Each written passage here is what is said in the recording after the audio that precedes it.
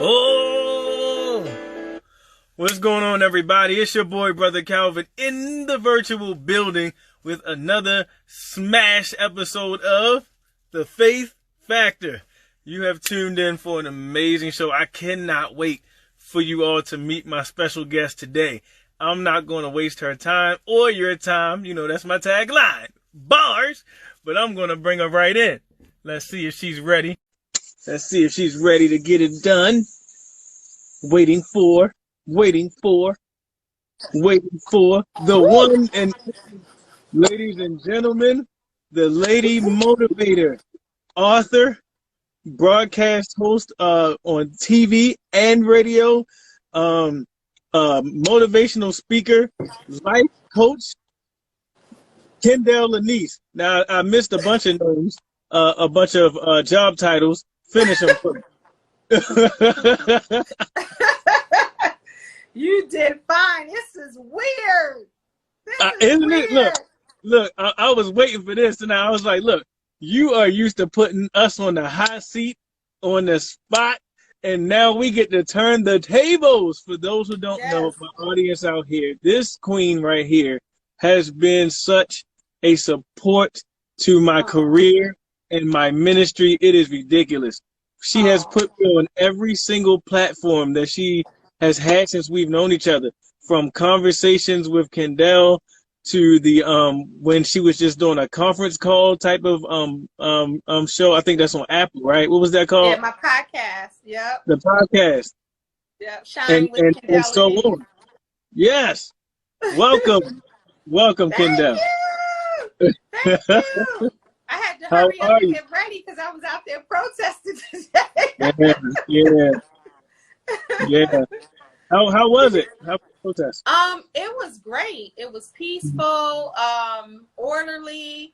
I loved it because young Black girls put it together at Randallstown High School, and it was phenomenal. Like, it was just, everything was run smoothly. Of course, they had it in advance where they knew to, block off the streets. They had cops out there, delegates, other political and political figures and leaders, old, young, white, Asian, Black. I mean, just everybody. And it was peaceful. It was hot.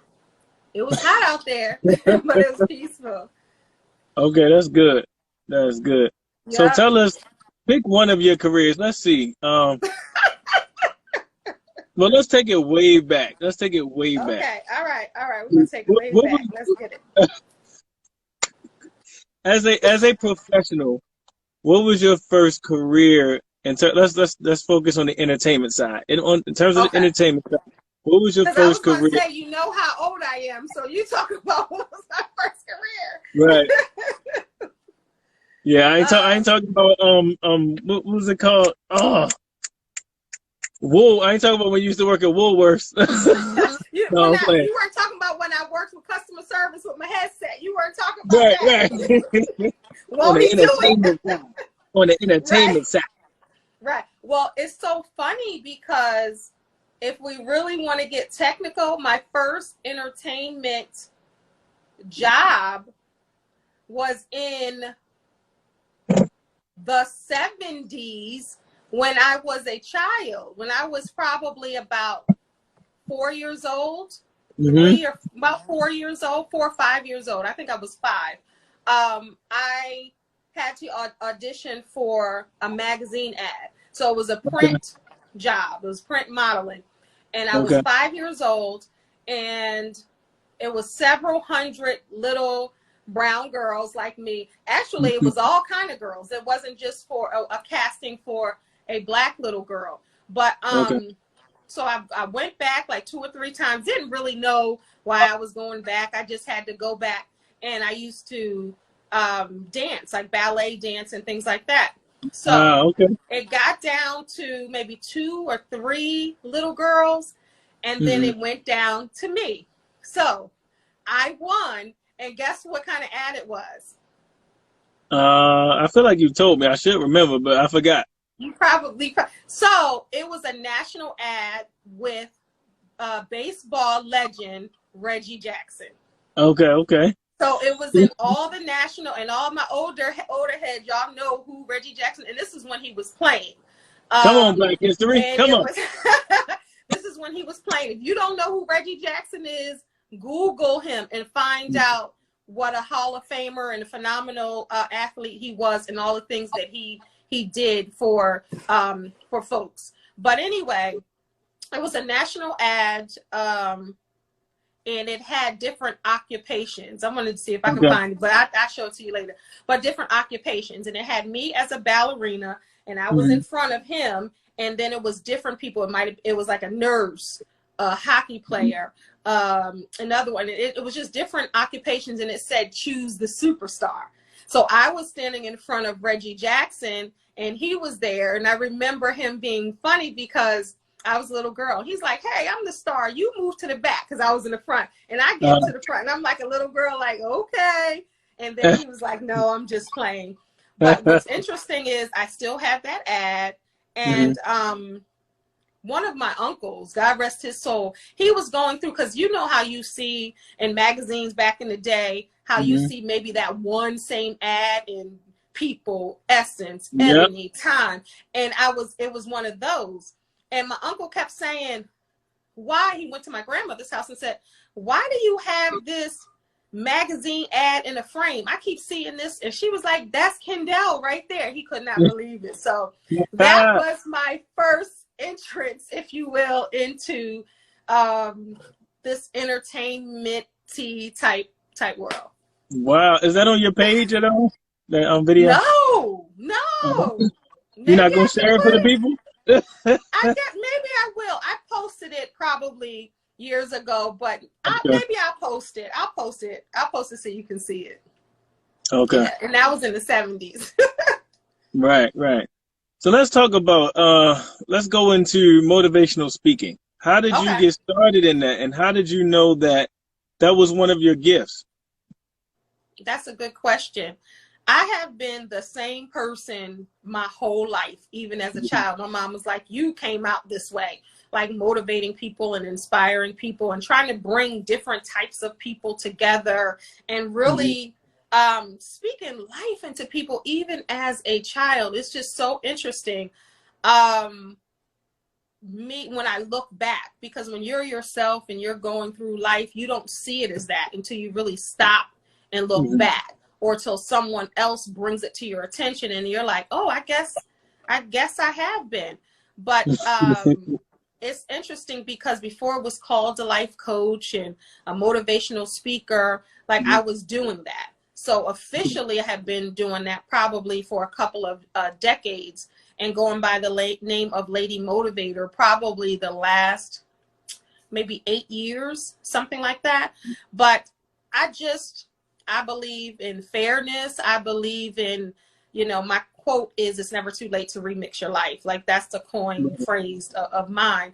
And I believe that. So a lot of people don't really see their potential and they don't really see what they can become because of maybe their past or maybe what they've been through or their geographical area or race, culture, class, whatever you want to call it. They think that they can't really do something. Or if you're from the hood and you think, well, I mean, I've heard people say, and it just makes me cringe, I've heard people from the hood say, well, where am I going to go? Or in Baltimore that have never been to Baltimore County or never been to Philadelphia or never been to DC. That limited mindset, I like to just blow that wide open. And so it's really important for me to motivate people to and show them that they deserve more. Like anything that they want out of life, they can have. And it's so important for me to do that for folks. So I have been doing that before I was officially a motivational speaker, if you will. So yeah, I think that's just a part of me. That's a part of my calling. That's a part of just who I am, even as a child. Okay. Now, how do you prep for a motivational speech? Is it a certain regiment you go to? How do you get in your zone for how you're about to step forth and present your speech? I got to pray. Come on. First and Come on. foremost, I got to say a word. Hey. I got to say a word or two. And I have spoken in front of hundreds of people, but I still get butterflies and I still get nervous until I start speaking. Like if there's several speakers speaking before me, or there's a lot of time before I speak, I'm like real like, you know, praying and all of that. But then once I get on there, then I'm kind of loosened up and free in a bit. But praying, that's so important before I do anything, just to say a prayer, even if it's a 5-second prayer. And that's what I want to tell people too. It doesn't have to be a 30-minute, a 40-minute, a 60-minute prayer. But if you want to do that, of course, that's your business. You have a right to do that. But even just talking and just saying, you know, whatever needs to come up. And I do this with my talk shows too. In all my shows, whatever needs to come up and come out, allow it to come up and come out. Allow it to help people, because my tag is to elevate, educate, and entertain. So let me educate you. Let me help elevate you. And then I'm silly, and I believe in, you know, really speaking and motivating people through authenticity, honesty, and humor. Like, I don't know, humor, my goal is to laugh out loud like a crazy person at least once a day. So, you know, doing that. So really just kind of just praying and just saying, okay, whatever needs to be said, allow it to be said, and then kind of leaving it there. Awesome. Awesome. Now, let's talk about life coaching. Okay. Now, I'm gonna ask you the same question. How in the world did you, you know, look at yourself and what you're doing and what you're producing as a queen, as a mom, as a businesswoman, and then say, I'm about to solidify myself as a life coach, and then sign up clients and coach their life? I know, because people are like, well, first let me explain what a life coach is, because even my own father before, and he just passed away in December, but even before, when I first started doing it, he was like, I'm not trying to be funny, I'm not trying to be rude, but what is a life coach? So, all right, so everybody knows what a therapist is, right? Yeah. So think about therapy. When you go to therapy, you're going to seek help, right? But you're going to, and so the therapist will start saying, well, how were you at 5 years old, or what happened in your life to make you this way? And how did you get this way? You know, did you go through trauma? Did you go through this? They want to know about the history. They want to know about what had happened, right? So then a life coach comes right there now. So say, for instance, Brother Calvin, you would come and you would say, you know what? I want a better today. I want a better future. I procrastinate. I get stuck. I'm having issues at my job. I'm having issues in my marriage. I want to get closer in spirituality. You know, I just want to be a better version of myself. I want to, whatever it is that you want to do, I can help you do that. And it's almost like I'm the cheerleader. I'm the accountability partner. It's important for me to get you to that goal, whatever that is. So I'm sweet and I'm kind, but I'm also tough. I'm also honest. And because you can't grow and heal if there's no honesty, you know, and a lot of people say, well, I'll just pray it away. But God doesn't want you to pray it away and just sit there and do absolutely nothing. Like you got to be a part of your own rescue, so to speak. You got to be a part of the team that helps you get to where you go. So like I said before, it was called a life coach, or before you really heard a lot about it, I was doing that. And then officially, maybe it's been many, many years that I have been doing it officially. But I had been doing it. They say people come to you with a question because they know you have the answer. Like, think about it. People aren't coming to people if they think that they ain't got no answer. They ain't asking you nothing. Right.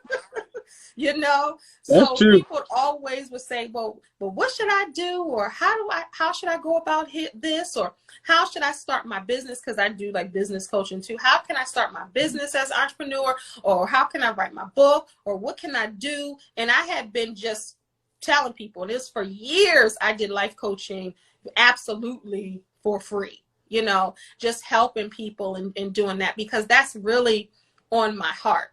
And it's hard sometimes when something is on your heart to charge people. Right. But what statistics say is men never have that problem, you know, charging folks. And that's written. But a lot of women do. Now, don't get me wrong. There are a lot of women, it's like I'm getting my point. Okay. Mm-hmm. So, right. yeah, so that's, you know, that it's all interesting because it's just a part of who I am. It's so funny being on this side because I feel like I'm not used to talking this much. I'm used to asking the questions. Shout out to everybody that's in the building. Hey, y'all. My best friend is in the building, I believe. That's what that looks like. That's my best friend. And in the building, and his wife. Right, that's my best friend. And his wife, Samira, she's always checking out the show. She's in here. My main man's Daniel is in the building. Everybody else, thank y'all for tuning in to the Faith Factor with the one and only Kendell Lenice. Kendell Lenice. But that's all right. In high school, one girl used to call me Kendi. And it's funny, and only her. And it's so funny you just said that. I was like, Kendell Lenice, ladies and gentlemen. Yes. Walk us through your because we're gonna go back to life coaching, but I want to drop the you to drop the promo for your author catalog where they can find your book. Hey! Okay, so I have a novel that I did back in 2005. That's still available. But my self-empowerment books, The Best Gift Ever, A Guide to Loving You, is all about learning how to live your best life. And before it was trendy, living your best life and all of that, you know, life coaches used to say that all the time. But it's a guide in a sense. It's, I guess, practical, if you will. And people said that it really changed marriages and changed relationships and friendships, and because it's really practical things that you can do, and it's honest and it's real. And I give in that book, I give 17 chapters. That's one of my favorite numbers because my birthday is June 17th. It's getting ready to come up. Coming up. Yeah. So basically, I give the statistics on, let's say, for instance, you can't live your best life if you're not going to the doctor, right? If you don't remove toxic people out of your life, if you don't laugh, if you don't know who you are or who you were before someone told you who you were, meaning that when you're raised in a family and they say, well, we don't eat spaghetti, so the whole family don't eat spaghetti, or we don't go to this type of place, so the whole family doesn't go. Or because you have a big head, I'm going to call you Big Head, and then you go and buy the name Big Head. You get what I'm saying? And then it's like people are telling you who you're supposed to be and who you are. It's only to when you grow up, then you realize who you are, and you start to figure that out and love yourself. So that's The Best Gift Ever, A Guide to Loving You. That's available on Amazon.com. And then I also have an ebook, Growth, Glow, and Grace. And that's a guide to being better, wiser, and more fulfilled. And I have items, you know, things that you can write in, almost like a journal. And then I also have a journal that's available. That's not on Amazon yet, but I have that, My Personal Journey of Peace. And it's a 10-day guide to your personal peace. Like, what can you do as far as self-care? Can you meditate? Because I'm also a meditation practitioner. I don't know if you knew that. That's one of my recent things. That's and I had been doing that for forever, but I got certified this year. So just this year. So you're not that late. You're not that late. Come on, certified. Won't he do it? Right. So it's just about self-dates, taking yourself out on a self-date. And it's a journal. So I like know about those. Yeah. So it's so many different great, I mean, I'm not just saying that because I wrote it, because if I hadn't written it, I would still love that, because I like things that are practical so you can use in your everyday life, not reading all of this and you like, okay, now first let me decipher what they're saying, and then now let me try to apply it. So I'm big as a life coach on application and really applying the things, because if you know it and you're really not applying it, then how is it beneficial to your life, right? So so it's just to give you that and to read and just really try to understand who you are. And that's why my phrase, it's never too late to remix your life, is so important, because this is just not for the youngins. This ain't for the millennials or Generation Z's only. This is for the older folks too. This is for the third. It can go from age, a teenager in junior high school age, all the way up to 80 years old or more, because anybody can change different things. Because I've heard older people say, well, that's just the way I am, but I don't really like that about me. And I'm like, okay, well, let's change that. What don't you like? Because what do you like? Or what do you see this person looking like that you want to be? And so it's so important for me to really challenge people with their thoughts and their ideas and try to remix them in that way. So those are the 3 books, the long answer. Those are the 3 books that are available right now. Yes, we need to know. Yes, how about that for you? What kind of obstacles have you overcome in your career and your life that have helped you become who you are, and specifically in your different lanes as life coach and as author, as motivational speaker? Okay, that's a good question, because everything that I do is a common thread. It all connects. Like, even if I am I was asked to direct a play before, and a couple times, but that's leadership. That's motivating the actors. So anything that I do, even if someone thinks, okay, well, that's not part of, everything ties in. So it's never too late to remix your life.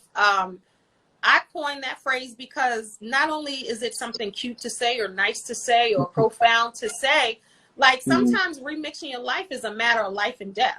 Like you got to just change some things up and do it. So it's not only a phrase to me. I am that, you know, I do it all the time, reinvent myself and try to do things. It's interesting because, you know, even when you, I had got married years ago when I was 20 years old, had my first child at 22. And then my second child at, I think, 28, 29, almost 29.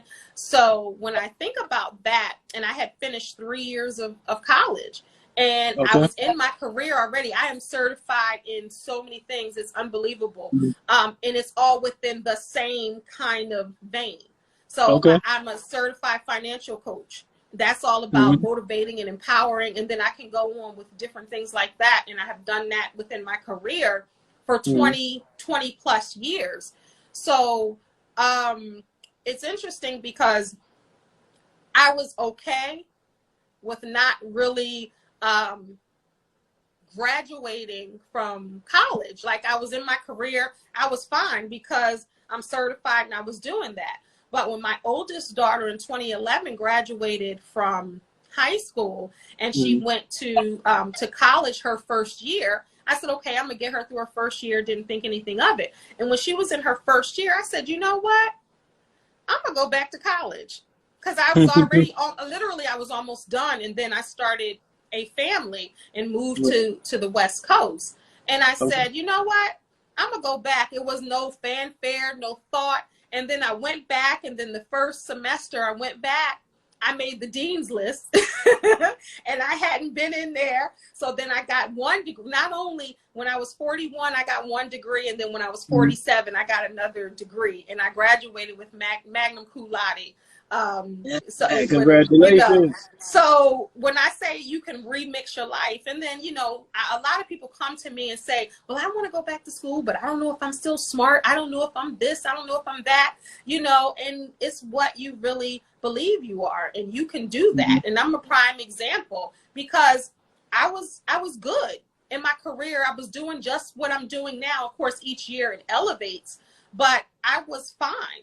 You know, I didn't have to, but I was like, I just want to do it for me. So I got a degree in human services, and that's a professional helper. So I got, you know, 2 degrees in that, and within that time, while working full time, while having children, while doing internships, while still doing my podcast, my radio show. I had a online radio station. I was vice president of Toastmasters.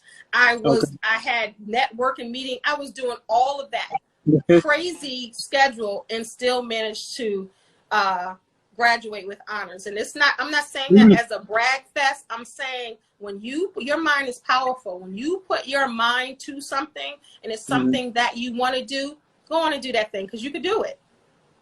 And you are the testament of what you're actually preaching and teaching. You are motivationally speaking, but you have motivationally lived.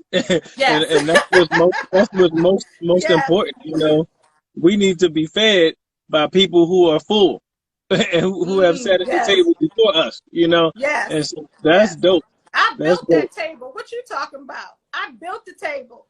I went to IKEA, got me a table. You know, they don't give instructions, or they're all, you know, in another language. And I built that table, and I sat down right at that table and invited everybody to come sit there too, because y'all were welcome. And if y'all want to sit with me, then we all going to eat.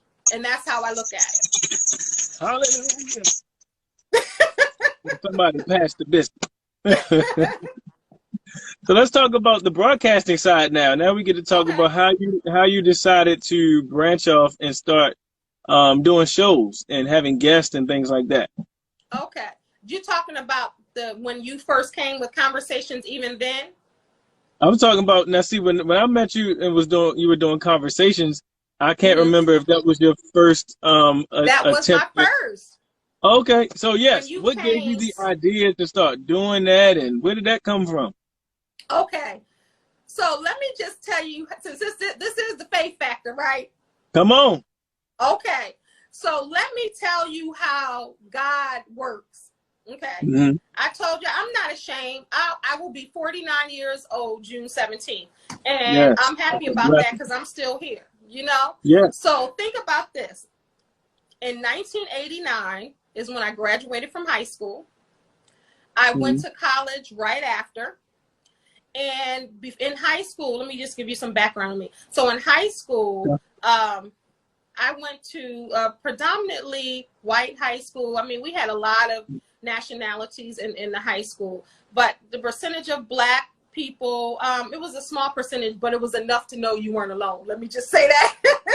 So I had taken journalism classes in high school. So in high school, we had a television station, and now it seems like it's very common now, but think about in the 80s.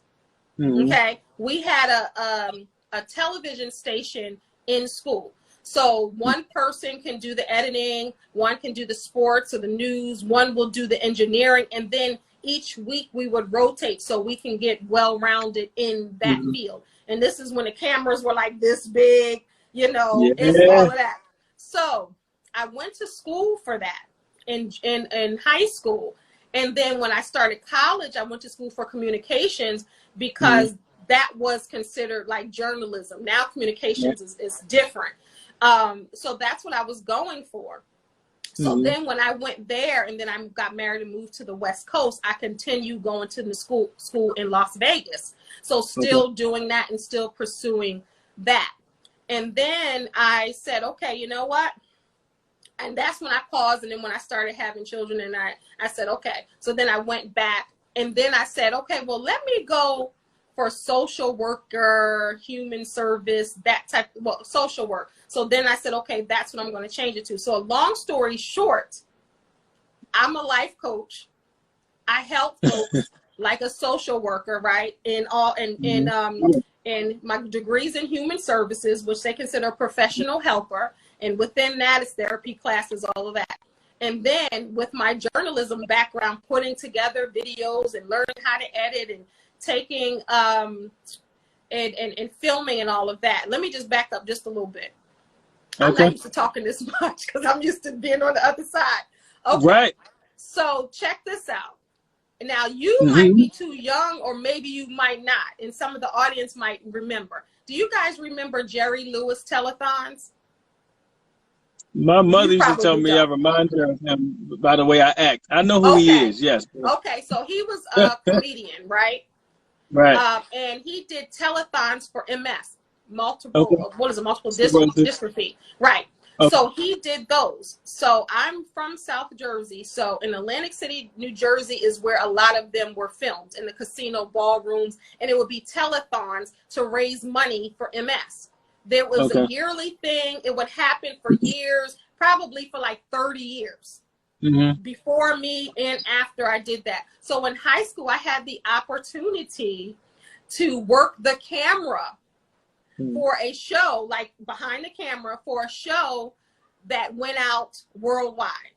Okay.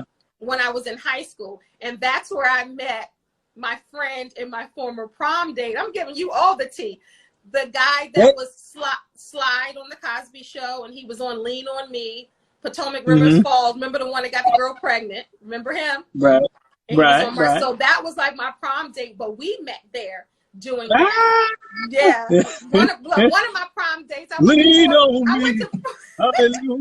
When you're yeah. So I went to 4 proms. So he was one of my prom dates. Okay.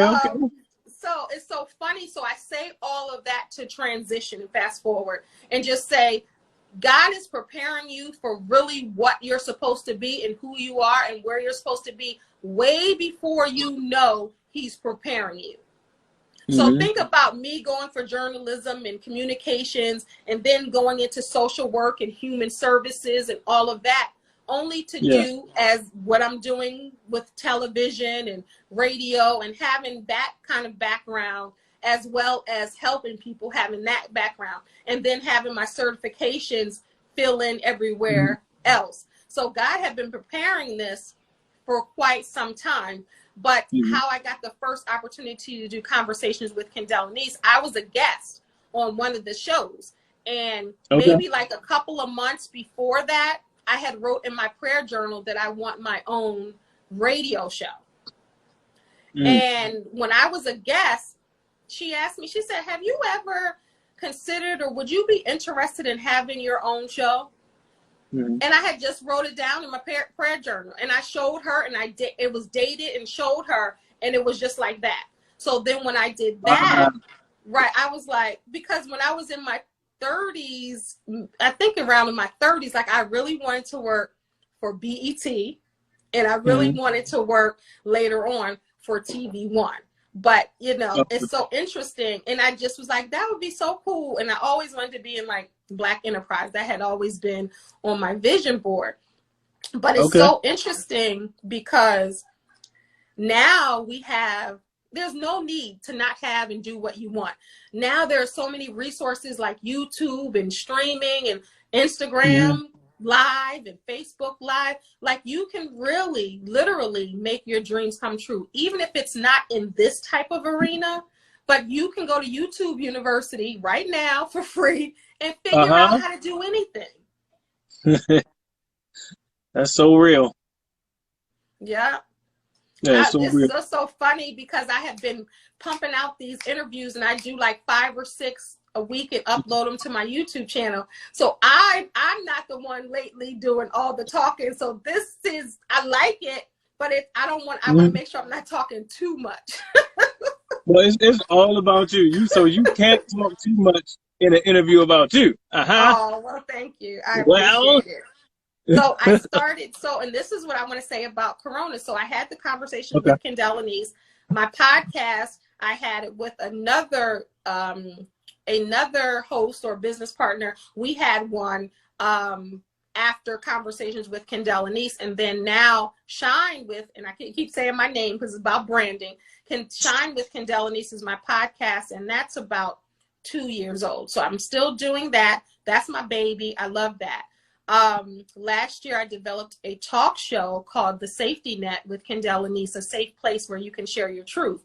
So people, we would sit down. Yeah, and because I wanted you to be on there also. So we would sit down and people would talk about their past and their lives and what they overcame, and, you know, whether it was rape or molestation or unemployment or biases between men and women or struggle or just something. And it is not all downtrodden, but just their life and their testimony and how they healed. Because I'm not just going to have somebody just talk about I've been through this and been through that and not you know, show the healing side and how, because it's all about motivating someone else to really know that they can overcome it too. So that was a talk show, and we did season 1 face-to-face, and then I was going to get ready to do season 2 in April.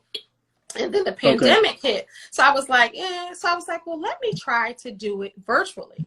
So then I came to this platform for IG and I said, let me do it. But it was so sensitive. Some of the things that they were talking about, I said, I was like, I don't know if that's the platform because of that. So then I started doing it virtually. So then when I did that, and then during the quarantine time, I came up with Kendell Lenice Live too. So with just spotlighting people like you and all the amazing things that you continue to do.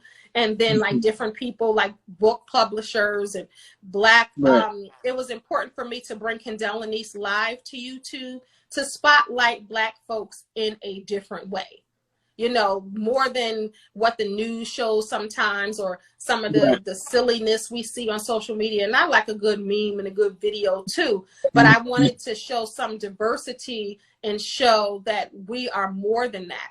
So we are Black therapists, and, you know, there are good, great Black men and husbands and, you know, entertainers who have integrity like you know, and I had a men's forum. I had a women's forum on there. Then I brought the men and women together, Black men and women, to talk about some of the things that they've been through and how we as Black men and women can help one another heal. Yes, so I've been seeing that. Flyer. Right. And then I just did a show on colorism. That's going to be up next week. That was powerful. And I had an autism strategist on there. I've had, I mean, it's just so many different, because I just wanted to show us in a different light. And that is for YouTube. That is awesome. Yes. And I thank you, because everything you touch has a certain quality to it. And everything that you do and you put out, it has inspiration all over it.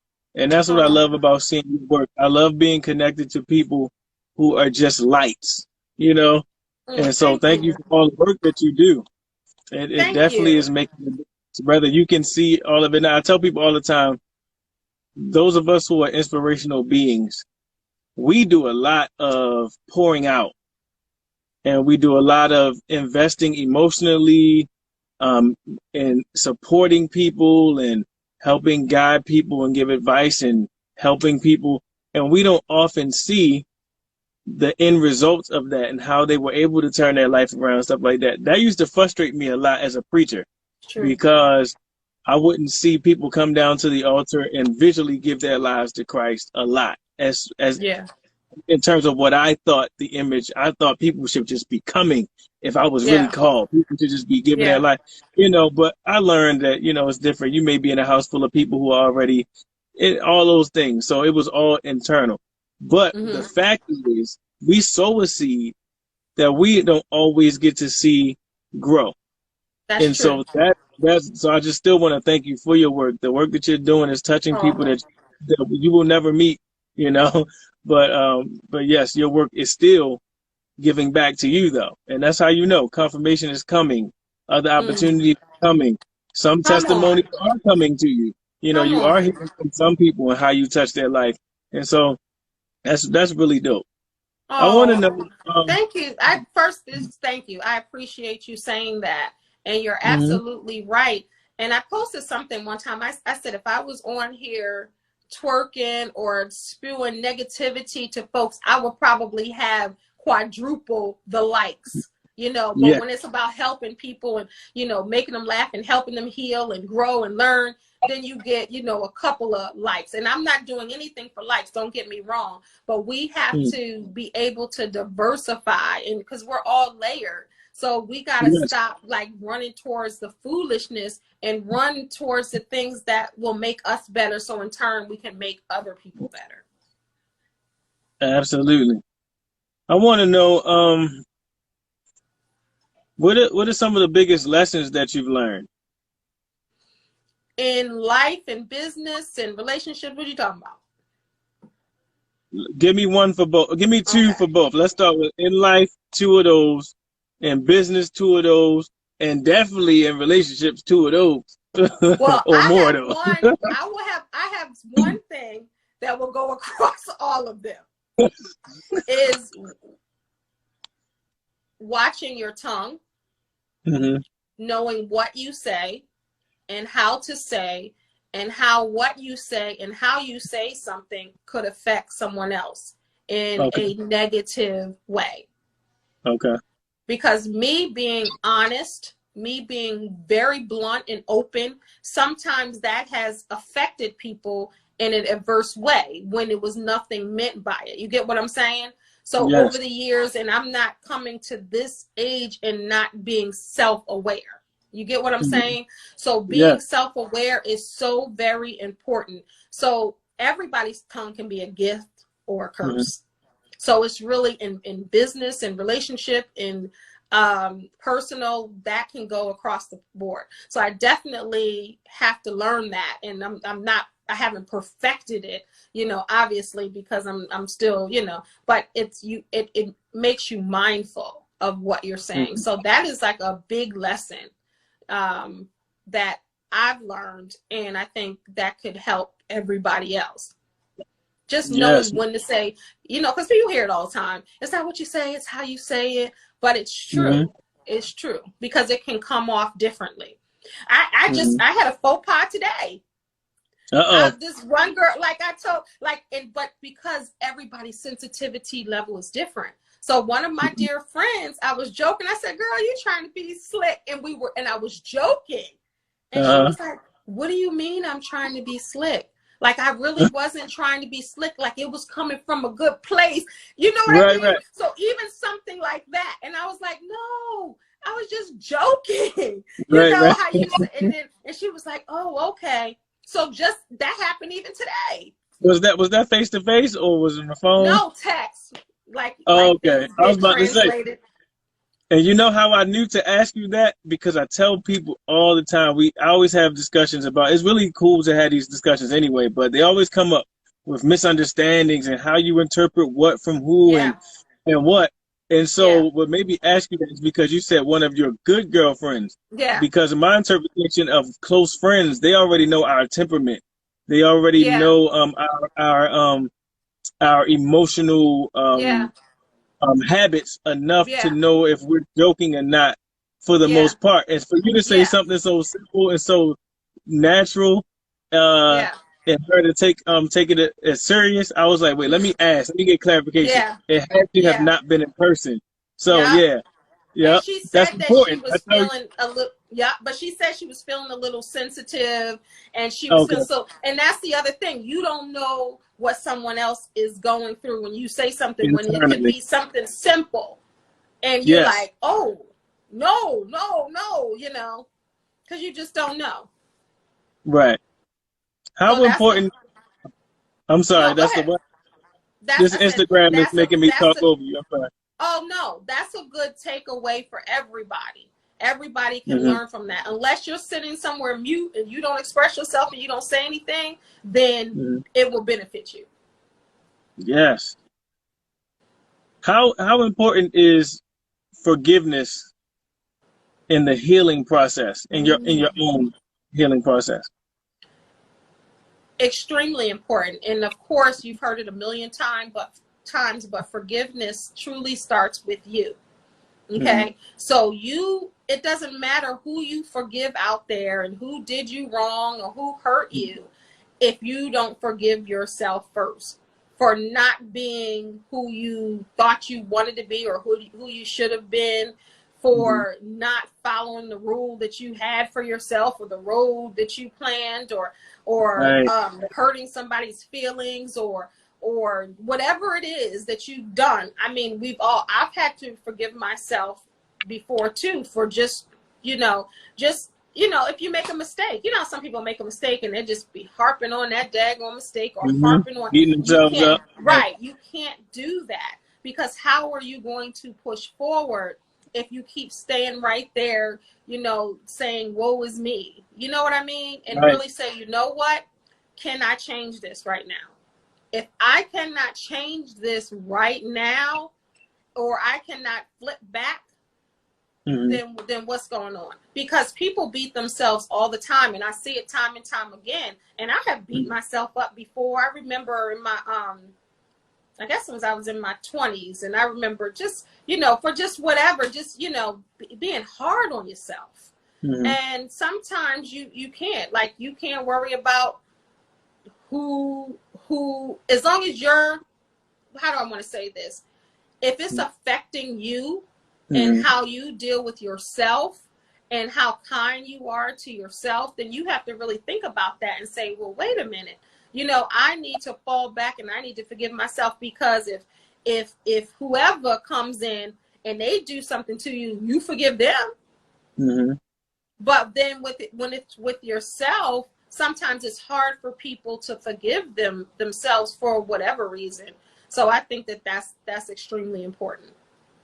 Yes. Can you shed a little light or give a little perspective on why it's important for us as African American, as blacks, whatever we identify as brown people? I like black. Why? Right. I like black. Black. Blackity black. Come on. Talk to us a little bit about. I'm trying to get my question in order. I know what I want to ask. Because we have a stigma on therapy, you know.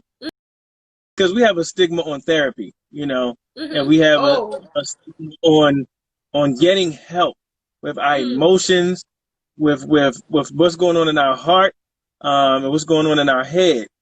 How do we break past that to know that it's okay to get therapy, it's okay to get help, and yeah, I'll stop there. Well, I'm glad you asked me that, because I'm really passionate about that. With Kendell Lenice Live, I've had so far a black female therapist on. I had a black male therapist on. We talked about trauma and all that. That's both available on YouTube. I have another black male therapist coming on, and then I have another woman coming on. So clearly that tells you that it's important for me, for you. A lot of folks that pray think that you can pray it away and not go to therapy, or therapy is useless, but it's not. If you don't have someone to talk to get it out, to get your emotions out, your feelings, you're going to drive yourself insane and everybody around you insane. Let me just be honest, because especially when you're a strong person or when you're a helper, you need to be able to have that outlet. And last year, I started going to see a therapist for the very first time. And my therapist almost is like, you don't really need no therapist. But I'm like, you don't understand, just to talk. So we literally sit and now virtual and just talk.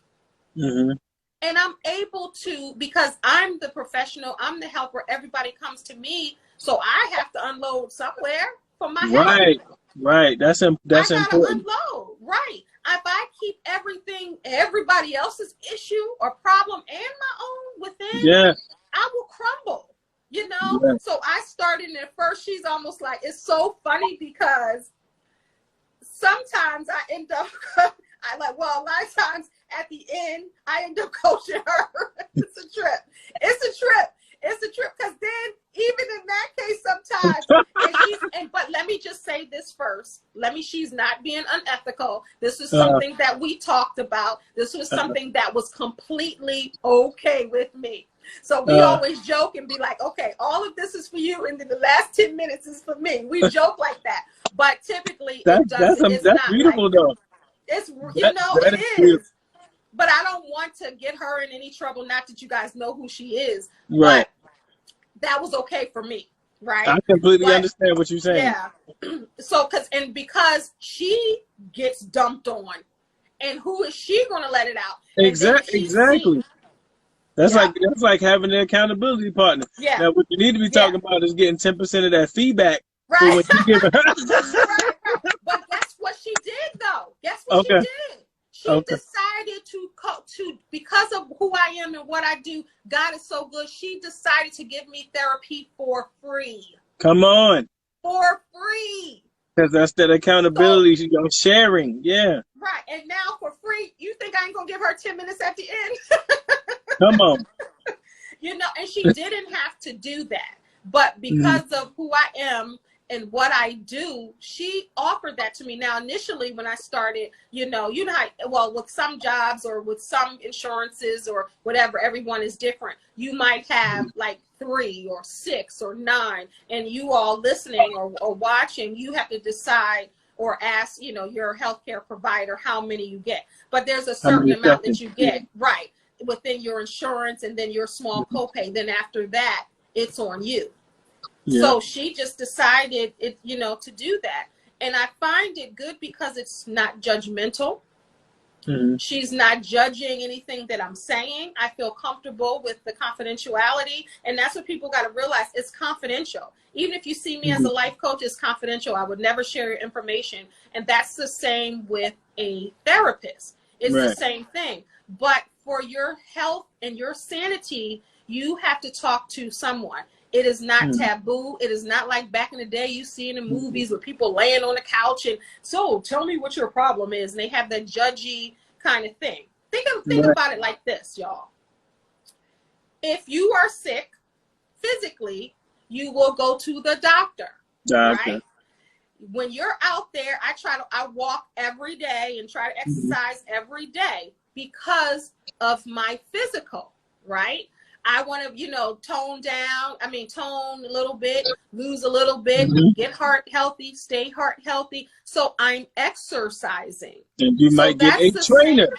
Exactly. I've gone to boot camp, because of that. And people sometimes worry about the physical more than they do the mental, because the mental, they think you can't see.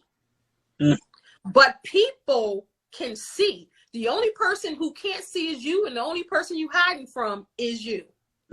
That's powerful, and that's that discernment. Seeing the insides. People, we have discernment. Yeah, yeah. But the outside, people want to be all pretty, shined up, dressed in the bow.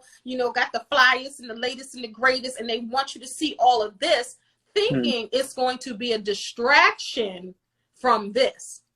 Yes. But when people are aware and enlightened, people can see right through you. But the people that are those people, they don't think that. They think they're hiding. It's like hiding. If I'm hiding behind a French fry, I'm like this. Like, you can see me. But, that's the thing. So I definitely promote therapy, especially if you have some type of trauma in your life, and now trauma doesn't have to be rape, molestation, burglary, gun to your temple, military, people think those things. And what I've learned, even having the therapist on my show, there's a big T and a little t, big trauma and little trauma. So even now, people are experiencing trauma and PTSD for what happened with Breonna Taylor, George Floyd, Ahmaud Arbery, because we've seen it. And we've probably seen it over and over and over again. If we haven't seen the video with the knee in the neck, we done seen something else, or someone else doing it, or something else. So that kind of thing seeps through your mind when you get pulled over by the cops, and you're black, and you're scared, and you're looking like, oh God, that's trauma. And people don't realize that. That's not normal. We have made it normal because that's how Black people have had to be when they're driving. So we made something normal that should not be normal. Not normal. And it's a lot of things. And even talking to some men that have had, can I go there? I'm getting ready to go somewhere. Please go there. Even men who were 12 and 13 years old and had sex with 20s and 21s and 23-year-olds, thinking they just got an older woman and the older woman likes them and it's cute. That's called molestation. Yes. And some people don't even realize that until they're grown. Because if you're a 12 or 13-year-old little boy, you're thinking that you're the hottest and the latest and the greatest because you done got that older chick. Yes. And you're not realizing that that's not right. But those are the type of things that we make right. you know, and people, so PTSD and all of that, you hear about it when we talk about the military and the soldiers come back from war and the PTSD, but people don't know Black people in the DNA were born with PTSD. And people, they don't understand that just by being nervous. You know what I mean? So I think therapy can help you even organize your thoughts. If you are out there and you need to talk to someone, or if you had those big T's and all of that, you know, some of those things that have happened to children that should not have happened, or you had to grow up fast, whether you were dealing with, you know, whatever, even if you were 12 years old and you had to raise a 6-year-old, a 3-year-old, a 2-year-old, like you were the mama. That's not normal. But we make stuff normal. And then when you get older, you're walking around in your child body, but you're just a grown person. You're a grown child, pretty much. Because the emotional and the mental has not caught up with the grown person that you think you are. I hear that. Now, I wanted to ask you, as you were talking, I was thinking about all that you do pour out, and the wealth of wisdom that you have, and the aggression that you actually go forth in your career with. That's the right way to say it. The way that you actually aggressively do what you do, you know, and with confidence and strength. How do you decompress? What is the stuff that you can share about how you relax, how you unload, how you separate and recalibrate? And that's a good question, because everybody needs to do it. I love to laugh. I watch a comedy, you know, I'm silly, you know, I like to laugh. I like to have a good time. So just even if something is laughing, watching a movie, do my nails. Like I love doing my nails since like the 7th grade. So all the women are like, oh, Corona, my nails, I can't do. I'm like, y'all better learn how to do it yourself, because it's fun to me, you know. So that, you know, and I always tell people too, call your funniest friend, you know, have just laughing really, and just unwinding and going on self dates. Well, I can't really do it now, but I would go on self dates, you know, I will go get a massage. You know, I love going by the water. I love being on boats. I love being by the water. I love just listening to it, smelling it. I love being on boats. So that's what I do. That is awesome. What is it? What do you want your legacy to be? And that's just in life. I want my legacy to be one of service. Okay. That I affected as a transformational life coach. It's important that I've affected someone in a way that they were able to transform maybe their life, their mind, the way that they think, the way that they feel, that I put a stamp on them that they took with them forever, and it provoked change. Transformation. It made them better in somehow. Like, I don't want to ever enter someone's life and not make some part of their life better, or challenge them to make their life better, because I can't really make their life better. I can give them the tools to make their life better, and that I made them laugh or something. That I brought something special to them. And they have that with them, I guess. That's what my legacy, that I really was sincere about helping people. To those who have just joined us, you're watching The Faith Factor with my special guest, Kendell Lenice. Can you tell us all the ways that they can find you and get your product again? Just throw them out there. Yes. Okay. Where do I want to start? So is this a commercial? Is this a commercial? Rolling. All right. Hello. No, just like like Calvin said, I am Kendell Lenice. I go by the name of Lady Motivator. You can go on Amazon.com and search Kendell Lenice, Kendell, and get my books. I have an ebook there for you. I have a hard copy book. I also have t-shirts. You can hit me up. I got hashtag celebrate life. I got SOAR. I got it's never too late to remix your life. You can just, hit me up here on IG at k.lenice. And what else? My YouTube channel. Please, please, please do me a favor right now. Go to my YouTube channel and subscribe. It's so important that you do that. You guys know how this thing works.